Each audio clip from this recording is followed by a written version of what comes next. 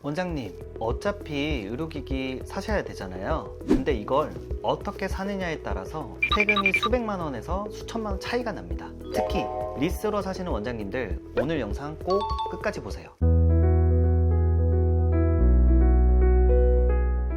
안녕하세요. 진료실 박세무주치 로텍스 박준혁 세무사입니다. 오늘은 의료기기를 구입하실 때 세금 공제를 가장 많이 놓치는 포인트와 특히 올해 안에만 받을 수 있는 추가 2% 혜택까지 말씀드릴게요.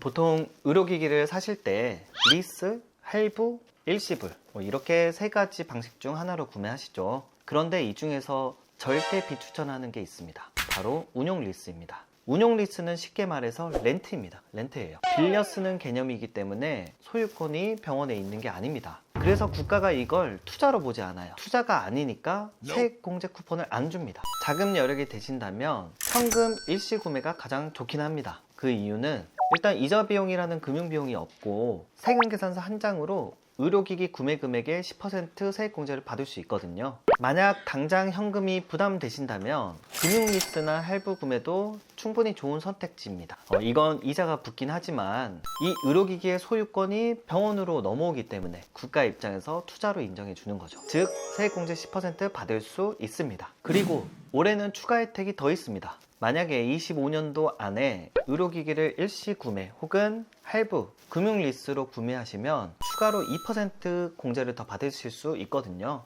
즉 총 12% 할인 쿠폰이 제공되는 거죠. 이건 말 그대로 마지막 박앤세일입니다. 여기에 더해서 최근 3년 평균보다 올해 의료기기를 더 많이 구매하셨다면 여기에 추가로 10% 세액 공제가 또 붙습니다. 예를 들어 볼게요. 매년 1,000만 원씩 의료기기를 샀는데 올해는 3,000만 원 장비를 구매했다고 가정해 볼게요. 그럼 이렇게 됩니다. 3,000만 원에 12%인 360만 원을 먼저 세액 공제해 주고요. 거기에 3년 평균이 1,000만 원이라고 가정하면 올해 3,000만 원 썼으니까 이 2,000만 원 초과된 부분에 대해서 10% 200만 원 정도를 추가 공제해주는 개념인 거죠. 그러면 도합 560만 원의 세액 공제를 받을 수 있습니다. 결국 원장님이 부담하는 순 비용은 3,000만 원 의료기기 구매액에서 세금 효과, 공제 금액을 감안하면 실질적으로 약 1,200만 원 정도 지출된 셈입니다. 1,200만 원 지출하고 좋은 장비를 드리는 셈이죠. 주의하실 점도 있는데요.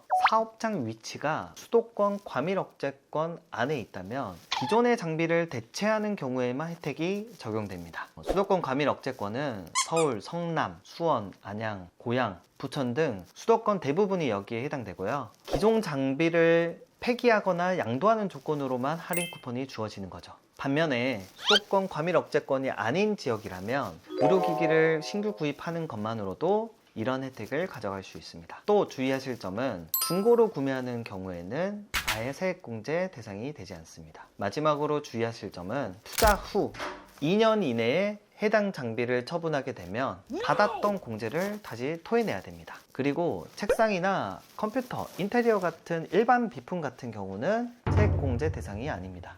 오로지 사업과 직접적인 관련이 있는 의료기기만 해당됩니다. 결국 핵심은 이겁니다. 의료기기를 어떻게 사느냐에 따라서 세금이 절반으로 줄 수도 있고요. 하나도 공제를 못 받을 수도 있습니다. 오늘 제가 설명드린 이 주의사항만 꼭 지키셔서 이 할인 쿠폰을 챙기시길 바라겠습니다. 오늘 영상이 도움이 되셨다면 구독과 좋아요는 꼭 부탁드리고요. 다음에도 원장님들의 세금을 지켜드리는 정보로 찾아뵙겠습니다. 감사합니다.